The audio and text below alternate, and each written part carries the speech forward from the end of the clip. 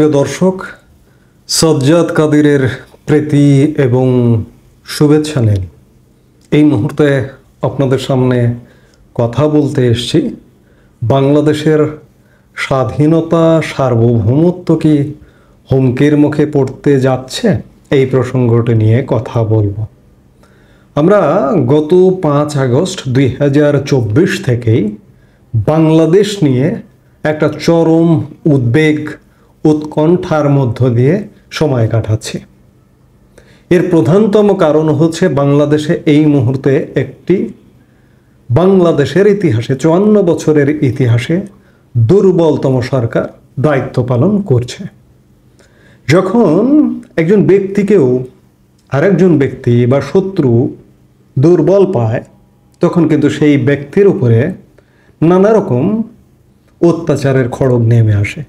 ঠিক তেমনি একটা দেশকে যদি কেউ দুর্বল পায়, সেই দেশের উপরেও কিন্তু দেশি বিদেশি শক্তির নানা রকম ছড়ি ঘোরানোর পায়তারা চলে।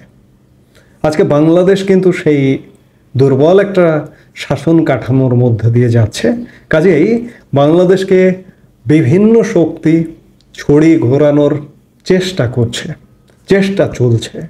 আমরা আড়ালে আবডালে নানা রকম আলামত পাচ্ছি, আলাপের গন্ধ পাচ্ছি। বিদেশি শক্তির তৎপরতা বাংলাদেশে বেড়ে গেছে। আপনারা জানেন কারা, দেখতে পাচ্ছেন। সেটি মার্কিন হতে পারে, চাইনিজ হতে পারে, রাশিয়ান হতে পারে, ভারতীয় হতে পারে, অনেক কিছু হতে পারে। কিন্তু আমাদের এই মুহূর্তে সবচেয়ে বেশি মাথা গরম করে ছাড়ছে মিয়ানমার ইস্যু।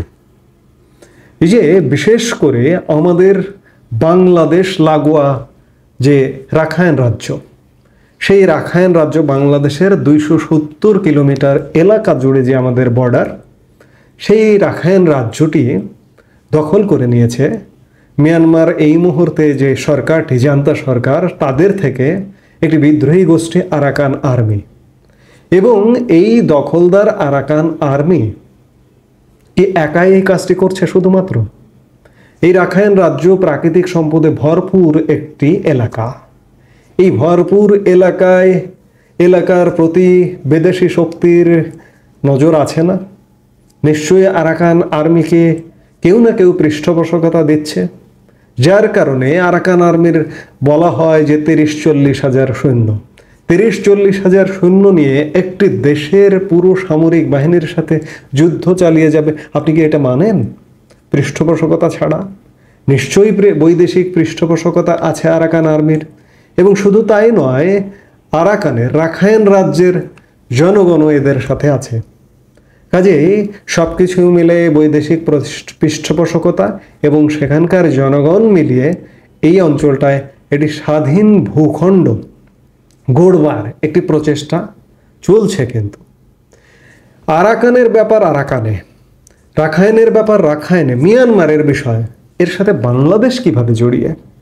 এর সাথে বাংলাদেশও অনাকাঙ্ক্ষিতভাবে জড়িয়ে গেছে। আপনারা জানেন বা বোঝেন কিনা যে ইতিমধ্যে আরাকান আর্মির তৎপরতা বাংলাদেশের যে পার্বত্য অঞ্চল, সেই অঞ্চলে বেড়ে গেছে। এক প্রকার তারা স্বাধীন ভূখণ্ডের মতো তারা রাখাইন রাজ্যে যেমন চলাফেরা করে, ঠিক তেমনি আমাদের এই পার্বত্য অঞ্চলেও চলাফেরা করে। আমরা বিগত 9 মাস যাবৎ বিশেষ করে ভারতীয় গণমাধ্যমে একটি তথ্য পাই বা বার্তা পাই যে পার্বত্য চট্টগ্রাম আলাদা হয়ে যাবে। আমরা এটিকে বানোয়াট, মিথ্যা, ভিত্তিহীন তথ্য বলে উড়িয়ে দিয়েছি। কিন্তু ধীরে ধীরে এটি বাস্তবতা হিসেবে ধরা দিচ্ছে। নীরব তৎপরতা আছে আরাকান আর্মির পার্বত্য অঞ্চলে। কিন্তু আমরা এই যে অতি সম্প্রতি গত 16-17 এপ্রিল আরাকান আর্মির প্রকাশ্য একটা অনুষ্ঠানে অংশগ্রহণ দেখলাম। এ বিষয়ে আজকে বাংলাদেশের একটি জাতীয় দৈনিক নয়া দিগন্তে প্রধান শিরোনাম হয়েছে, যেটি যথেষ্ট উদ্বেগের বিষয়।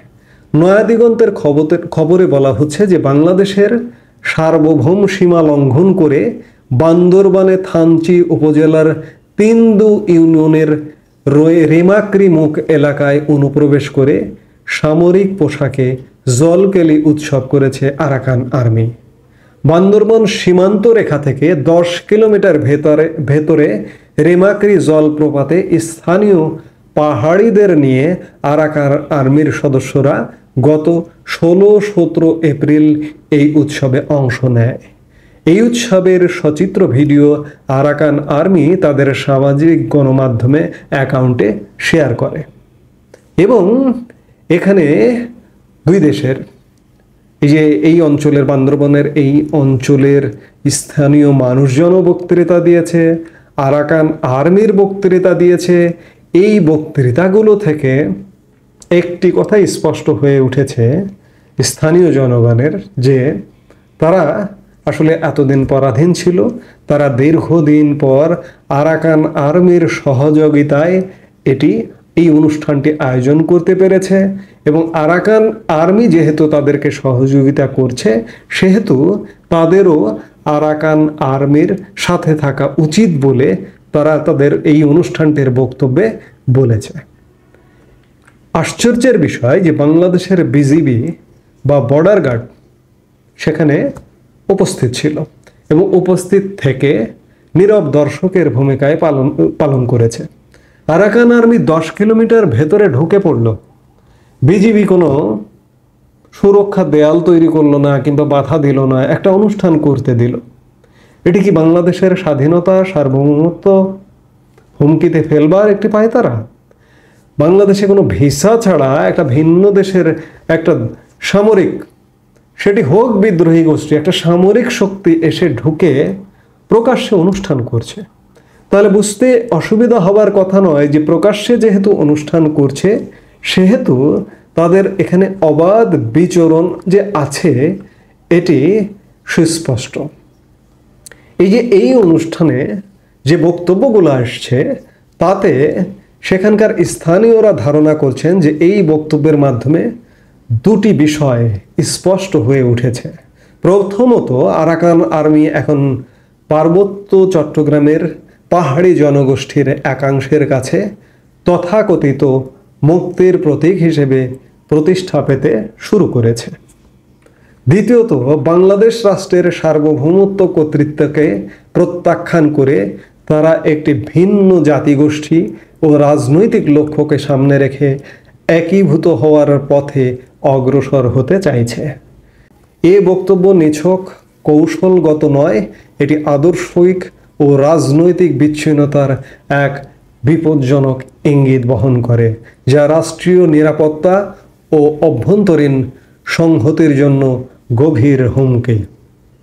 অর্থাৎ আমাদের পার্বত্য অঞ্চল নিয়ে, পার্বত্য চট্টগ্রাম নিয়ে, আমরা কক্সবাজারের ওই সাইড এবং পার্বত্য চট্টগ্রাম, বান্দরবন, খাগড়াছড়ি এসব অঞ্চল নিয়ে, দুর্গম এলাকাটাকে নিয়ে, পাহাড়ি জনগোষ্ঠী নিয়ে বাংলাদেশের ভূখণ্ড আলাদা হয়ে যাবার একটি চিন্তা কিন্তু ভেতরে ভেতরে হয়ে উঠেছে এবং সেটি আরাকান আর্মির সহযোগিতায়। এবং আমাদের এখানেও বিদ্রোহী গোষ্ঠী আছে। সেই জায়গা থেকে বাংলাদেশের সামনে এক নতুন বিপদ হাজির হয়েছে। আরাকান আর্মির এই তৎপরতা যদি এখনই বন্ধ করা না হয় কিংবা ওখানকার আমাদের এই পার্বত্য অঞ্চলের অশান্ত জনগণ যারা মনে করছে যে তারা আরাকান আর্মির সাথে একীভূত হবে কিংবা তাদের সাথে সমগোত্রীয় মনে করছে, তাদেরকে বোঝানো বা তাদেরকে বাংলাদেশের পক্ষে ইতিবাচক প্রচারণা চালানোর তৎপরতা যদি বাংলাদেশ সরকার না নেয়, তাহলে অত্যন্ত দুঃখের বিষয় যে আমাদের সার্বভৌমত্ব এবং অখণ্ডতা, অর্থাৎ বাংলাদেশ, ছোট্ট বাংলাদেশ, এই ছোট্ট বাংলাদেশও ভাগ হয়ে যাবার একটা প্রচেষ্টা ওই অঞ্চলে হচ্ছে। এখনই এটি রুখে দিতে হবে, নইলে বাংলাদেশের সামনে এটি একটি মিয়ানমারের বিপদ বা আরাকান আর্মি দ্বারা বাংলাদেশ বিপদগ্রস্ত। এবং ওই যে আমি শুরুতে যেটি বললাম, আড়ালে আবডালে নানা আলাপ শোনা যায়, সেই সব আলাপগুলি যদি এক এক করে আসে তাহলে বাংলাদেশ কি করবে? কাজেই প্রথম কাজ এই যে আরাকান আর্মির তৎপরতা কিংবা পাহাড়ে অশান্ত পাহাড়ের জনগোষ্ঠী নিজেদেরকে বাংলাদেশি না মনে করা বা না মনে করতে পারা, কেন মনে করছে না এটি ফাইন্ড আউট করে প্রয়োজনীয় ব্যবস্থা গ্রহণ করা উচিত। নইলে আমাদের স্বাধীনতা, সার্বভৌমত্ব, আমাদের অখণ্ডতা বিপন্ন হবে। এই মুহূর্তে এ পর্যন্তই। সবাই ভালো থাকুন, সুস্থ থাকুন। আমাদের ভিডিওগুলো নিয়মিত পেতে সাবস্ক্রাইব করুন Sajjad Kadir and the legends YouTube channel এবং লাইক, কমেন্ট, শেয়ার করে সাথে থাকুন।